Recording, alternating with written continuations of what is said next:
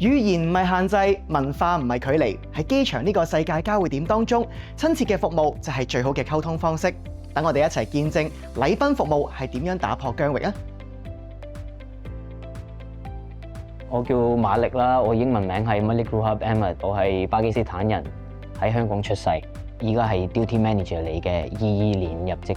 我自己個部門咧係 Meet and Greet， 會接啲 VIP 啊，或者 businessman 啊，或者嗰啲 celebrity 嚟講咧，我哋係出去 curbside 攞住個 signage 接客嘅，幫佢攞埋啲行李去 check-in counter， 行 courtesy channel。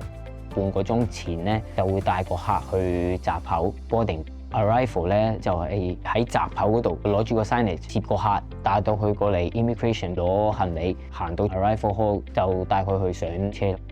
成日要走走趯趯，又要輪班，咁當初馬力係點解會揀呢份工嘅呢？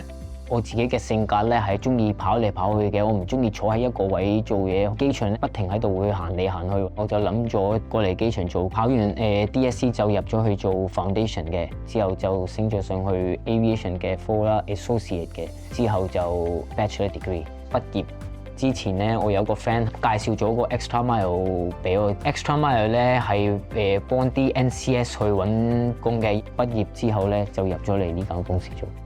每日接待唔同國籍嘅旅客，滿足佢哋嘅需要，並得到旅客嘅肯定，係馬力工作嘅動力。但係除此之外，原來呢份工仲有一啲驚喜㗎。我覺得最開心嘅就係接到啲球星啦，咁嗰個都係我一個 idol 嚟嘅。咁佢哋過到嚟香港，我又得同佢哋 communicate 啊，整咗一個好嘅 bond。佢哋而家多數嚟到香港咧，都會係要翻我哋成個escort 翻 meet and greet 佢哋。馬力用咗短短3年嘅時間就成為經理，睇落好似一帆風順，但係其實佢初入行嘅時候曾經遇過一啲困難㗎。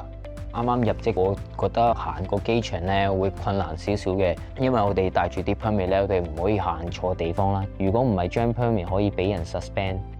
禮賓服務員係旅客對一個地方嘅第一印象，所以整潔嘅儀表好重要。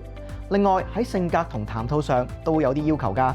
最緊要咧，你要 patient 同埋你 calm 嘅，因為客人 expect 緊一個 hospitality from you 嘅，呢個 personality 啊或者 appearance 咧要好好嘅，同埋語言都係要好好嘅。如果你講得唔好，個客唔明白你想講啲乜嘢，或者同佢溝通唔到咧，咁佢都可能會問你。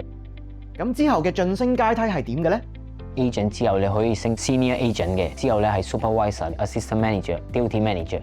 憑住肯學肯做嘅態度，馬力短短3年已經晉升到值班經理。佢更勉勵年青人要有同樣嘅心態。唔好 give up，唔係你得唔得，而係你肯唔肯嘗試。你會揾到自己個 path 嘅。機場3跑啟用之後，客貨運量都持續提升，連帶人才嘅需求都增加。機場管理局機場運行執行總監姚少聰先生認為，航空業機遇處處，正係入行嘅好時機啊！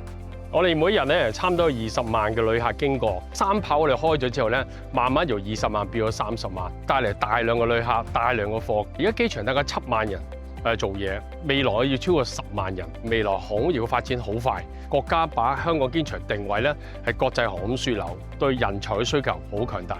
啱啱畢業嘅學生真係能夠考慮航空業。咁我哋乜嘢工種需要？揸飛機、空中服務員、維修飛機、控制塔、機場運作、倉務員。我哋有好多計劃啦，管理培訓生啦、見習工程師啦。機場咧係連接全世界嘅地方，每日你遇到不同國籍嘅人、不同年紀嘅人。如果你中意咧outgoing啊、接觸人啊、有幹勁、有熱心，機場一定係最適合你。咁要成為航空業一份子，最好具備咩特質呢？唔好怕醜啦，多同人溝通啦。同埋有一個服務嘅心好重要嘅，唔好怕蝕底，勤力。你一頭有一份工作，其實做乜嘢都會做得好嘅。一個工咧，唔係睇2年，係睇10年。香港航空業嘅前景機遇處處。放榜係一個階段，入啱行係一生。姚先生勉勵大家，只要肯學、肯做、肯嘗試，未來一定能行出屬於自己嘅道路。